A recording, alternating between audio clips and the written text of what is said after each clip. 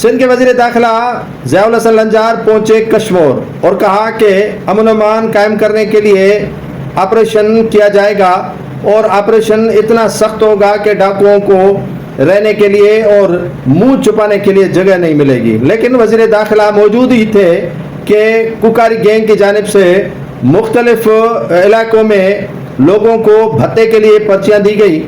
نہ دینے کی صورت میں وہاں کشمور کنکوٹ کے علاقے میں وزیر داخلہ کے موجودگی میں ہی ڈاکوؤں نے کئی دیہاتیوں کے گندم کے فصل کو آگ لگا دی ہے.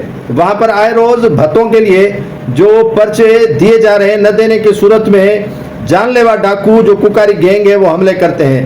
اس کوکاری گینگ کے حملوں کی وجہ سے لوگ ڈر کے مارے انہیں بھتا تو دے رہے ہیں، جو نہیں دیتے ان کے ساتھ بڑی زیادتیاں ہو رہی ہیں. وزیر داخلہ سندھ کے ناک کے نیچے یہ وارداتیں ہو رہی ہیں، لیکن آج انہیں کشمور یاد آ گیا اور آئی جی سندھ کے ساتھ وہ کشمور میں پہنچے اور بریفنگ لی. یقیناً انہوں نے بریفنگ لی ہوگی کہ امن امان کی صورتحال بدترین ہو چکی ہے اور امن امان قائم کرنے کے لیے ایفرٹس لینے ہوں گے.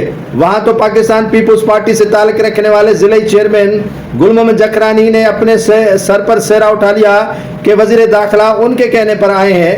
لیکن وزیر داخلہ آئے تو ضرور، لیکن کامیاب کہاں ہوئے یہ تو سبھی کو معلوم ہے. اور وزیر داخلہ کی موجودگی میں جب لوگوں کے پاس بھتے کی پرچیاں آنا شروع ہو جائیں اور پولیس کا مورال ڈاؤن ہو جائے اور پولیس ان بھتا خوروں اور کوکاری گینگ کے خلاف کوئی کارروائی نہ کرے تو وزیر داخلہ سندھ کو سمجھ لینا چاہیے کہ کافی خد و خال موجود ہیں جن کو پر کرنے کی ضرورت ہے.